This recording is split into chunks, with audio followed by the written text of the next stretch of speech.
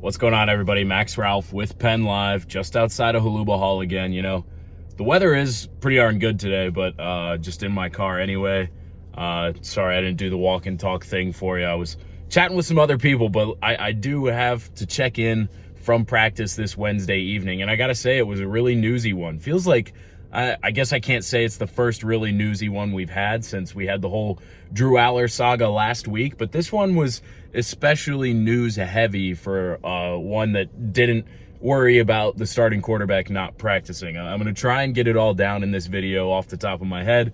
I think I can do it, but bear with me. I'll also have a story up on PennLive, actually already that I'm going to update with quotes from James Franklin, but we've got a ton of stuff. So for starters, I think the biggest one, linebacker Keon Wyll was back out on the practice field for the first time that we've seen him since the spring. He sustained a significant injury, is what they were calling it, in spring ball, and did not participate in the spring game. Hasn't really done anything on the field to this point. James Franklin has said in the past that he thinks he is a guy that could see the field this fall. And he also said if they get him back, which we can all kind of deduce because the linebacking core is so thin, but if they get him back, they kind of need him because he's a guy they were excited about in the preseason, thought he was going to have a big role, and just didn't pan out because of the injury. But we saw him. He was out there. That's huge. And I think that could really be an X factor if he's ready to go in the postseason, assuming Penn State makes it there. The next one, Dani Dennis-Sutton. We know he's been dealing with something since Wisconsin. He was out there, looked pretty good today. James Franklin said the key is he was just feeling a little bit better than last week. He played against Ohio State, but it was only about 5 snaps. Just wasn't super active. It was just a matter of making sure that he was comfortable with playing on whatever the injury it is that he has today. Was in practice doing drills, so that's a good sign. We saw running back Quinton Martin back out there. We don't necessarily know how much he's going to contribute down the stretch. I think Penn State is probably going to try and preserve his red shirt as long as they can. Not playing in 4 games. He's already played in 3 to this point, so he's got 1 more before the postseason to be able to play in. He is their best option beyond Nick Singleton and Katron Allen, but we could see Corey Smith as well, another freshman potentially. However, it's good to see Quinton Martin back out there practicing because he had missed the past couple of games with an undisclosed injury. He warmed up in uniform against Ohio State, even though he was ruled out, which is a hint that he's probably going to be good to go here pretty soon. So curious to see how they use him down the stretch. Let's see. The next one, Caden Saunders, wide receiver, punt returner, hasn't taken an offensive snap this year.